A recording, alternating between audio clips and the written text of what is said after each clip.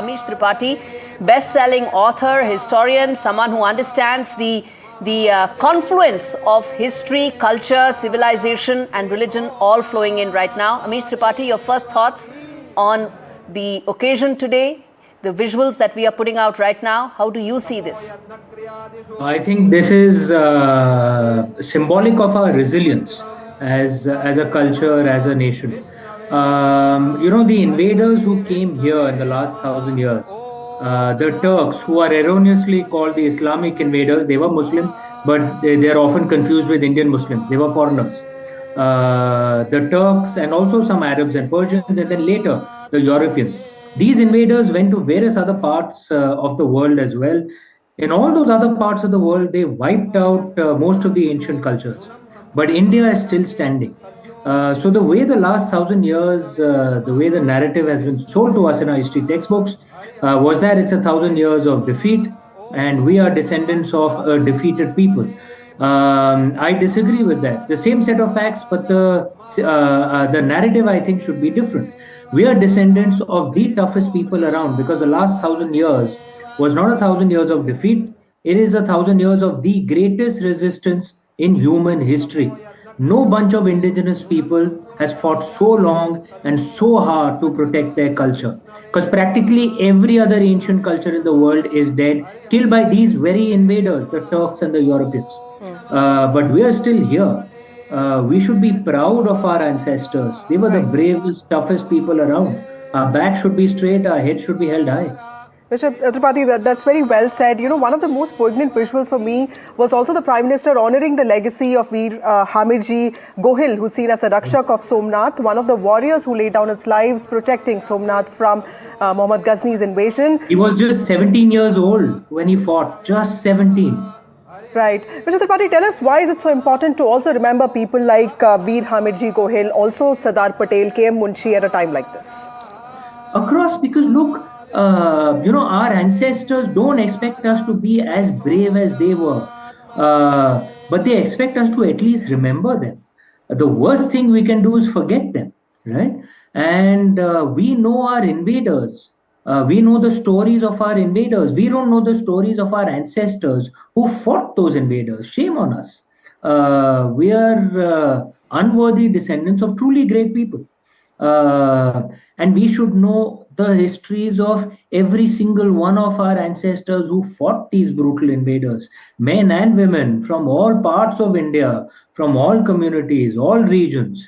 I wonder, both of you are women. Have you heard of Ram Pyari Gujjar, who fought Temur's army and harassed them, women, and she raised an army of some 30,000 soldiers. Women soldiers, right? Or Rani Abakka, who fought the Portuguese.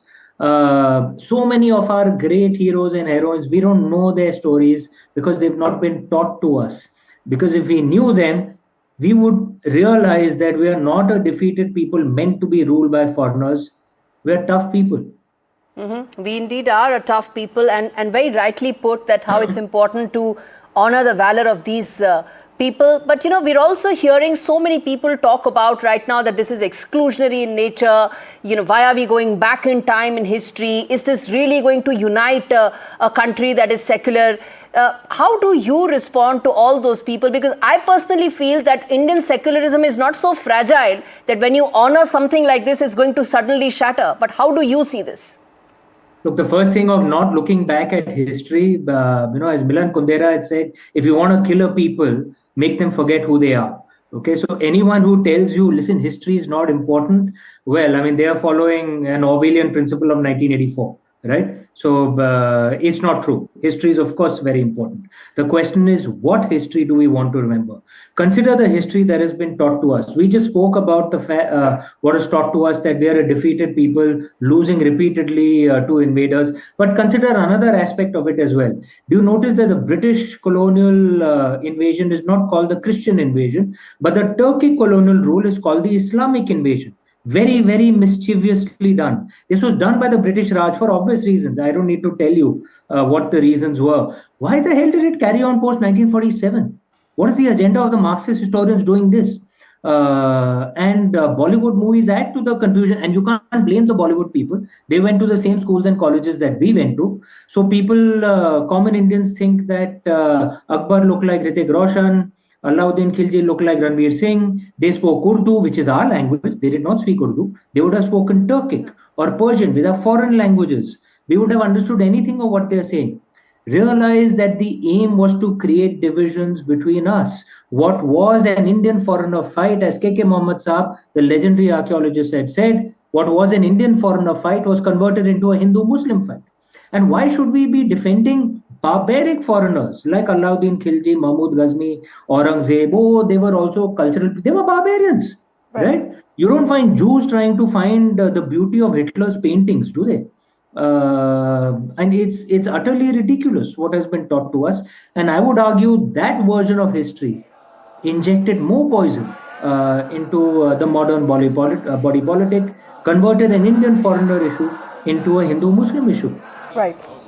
Mr. Tripathi, how would you also respond to people who say that trauma is, the Hindu trauma that's associated with destruction of temples like Somnath is also a modern day construct that came into force only after, because of our colonial legacy, and that there were also, there were negotiations that were made by people who were living then, and, there was also land that was given to mosque, and that all of this is just a nation building project that was revived as part of a larger plan, especially by the majoritarian government.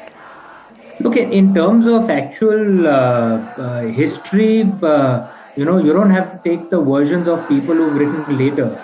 The Turks and their contemporaneous historians left copious records. Tariq-e-Farishte, there are so many. Aurangzeb, the Alamgiris, there are enough and more records of how they proudly destroyed temples, killed so many. They themselves recorded it. You just listen to the people themselves, and they recorded their reasons for doing it.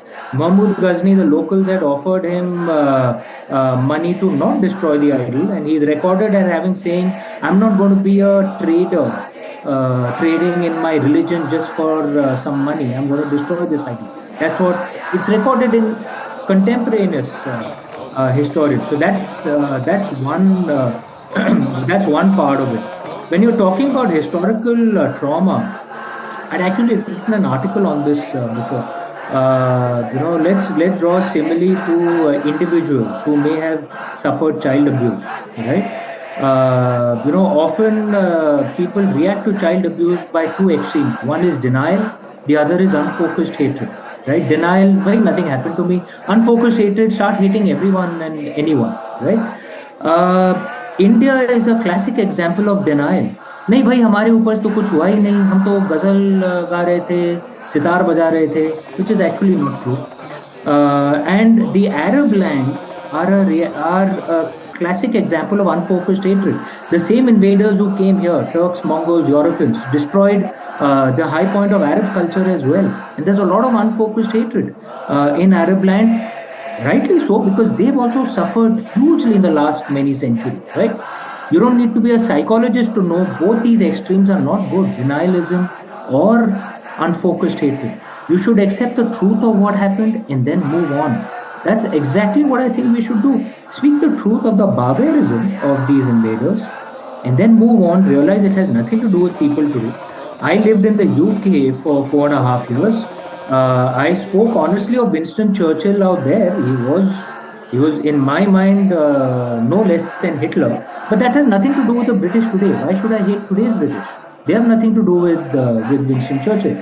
So similarly to the Turkic invaders as well, speak honestly about them. Realize that it has nothing to do with Indian Muslims today, who are in any case descendants of Hindu and Buddhist converts. It has nothing to do with Turks in Turkey today as well.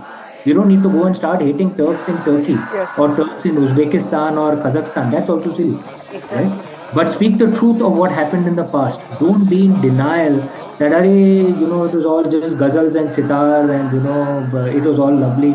That's not true. Not true. How about today, right now? Have we really been in a position, you said we need to be able to not be in denial anymore, but even now you have these two conflicting versions that are coming in.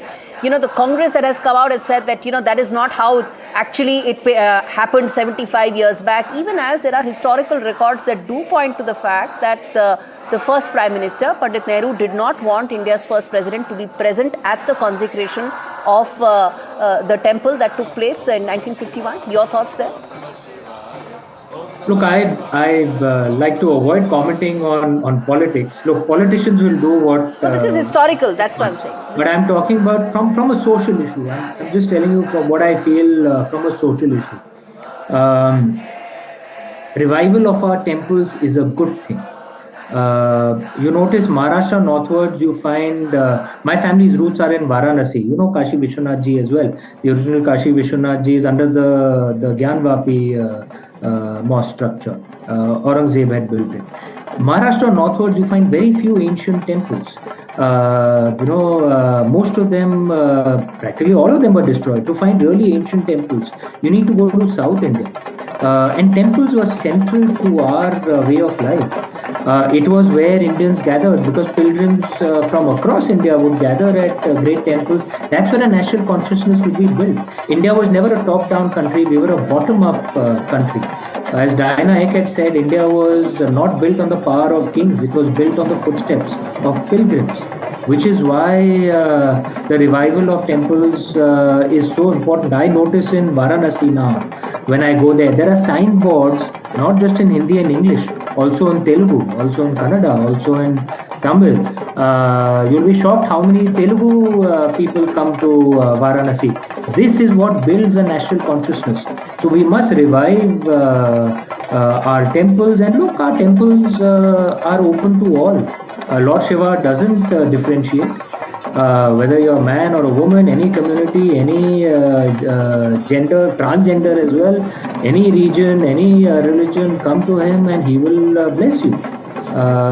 This should be a celebration for all 1.4 billion of us. Right. Mr. Tripathi, one of our last questions to you. Past pattern was, K. Munshi writes, was one of the busiest ports in ancient India. The shrine, he says, is older than creation itself.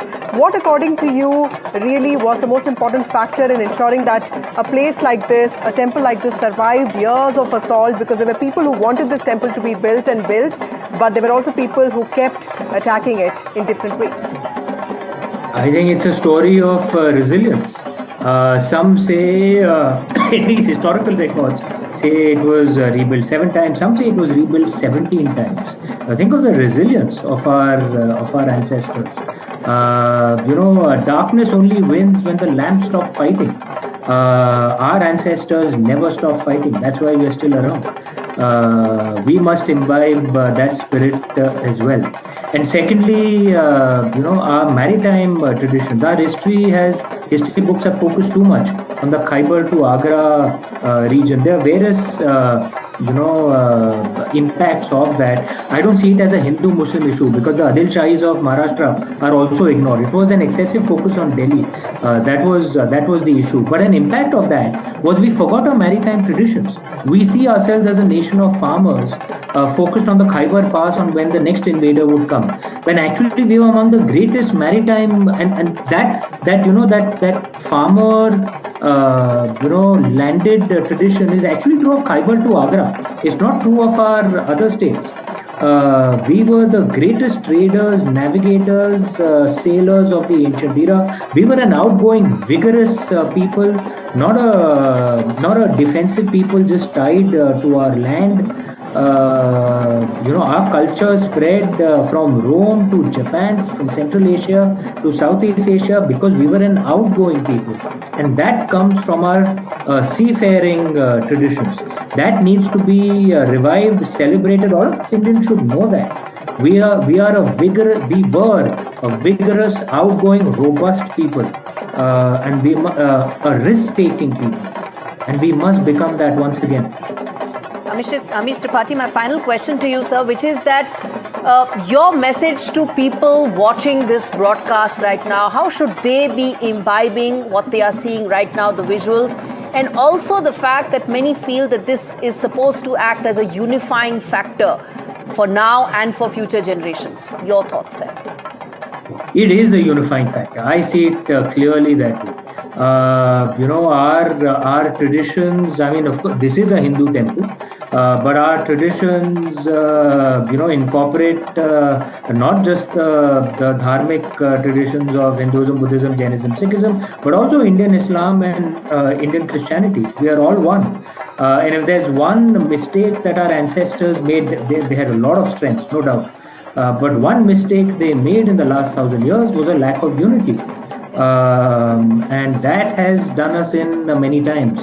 We should repeat that mistake now. Let me give you this. I'm sure you've heard of Malik Kafur, who was the general of Alauddin Khilji, among the greatest temple breakers in human history, perhaps second only to Aurangzeb. If you see his second name, it was Kafur. He was a kafir. He was a Hindu convert. Okay. To Islam, and then he became a temple breaker. Can you think about what the lack of unity did to India? In Jallianwala Bagh, it was a foreigner, British, who gave the order. Every single soldier firing was an Indian. None of them dared to disobey their Gora officer, that these are my fellow Indians, I will not fire. It's our internal disunity which has done us in often. We should not repeat that mistake. All 1.4 billion of us, regardless of religion, caste, community, region, language, if you're an Indian, you're one of us. We must have that attitude. Right. Mr. Tripathi, 75 years ago, our Prime Minister wrote numerous letters to his cabinet colleagues saying that constitutional secularism is at odds with the temple that is to be built in Somnath. And today we see the Prime Minister, the Indian Prime Minister, distributing damrus, playing the dhol and taking part in a Shaurya Yatra in Somnath. What has really changed? Constitutional secularism, in my mind, means that the law should be the same for everyone.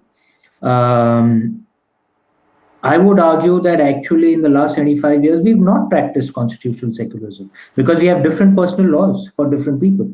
Hindus, Buddhists, Jains, Sikhs have tax benefits through the undivided family that are not available to Muslims and Christians. Muslim women suffer legal apartheid in India, frankly, that their Hindu, Christian, Buddhist, Jain, Sikh sisters do not suffer. So we should have actually, that would be constitutional secularism. One law for everyone. However, constitutional secularism does not take away from an individual's right to practice his personal religion. The US is constitutionally secular, but the president does, attend prayer breakfast, go to church, and there's a rich tradition of that. The UK is not constitutionally secular. I'm sure you're aware. The Christian clergy is a part of the House of Lords, and the king declares himself as, as a defender of the true faith, which is for them is Protestant Christianity. So that may not be the model for us. The model is the US. An individual has the right to practice his religion. The constitutional secularism means the law should be equal to all. We should get that. I don't think it has been done in the last 75 years. Example of that is the personal laws for different religions.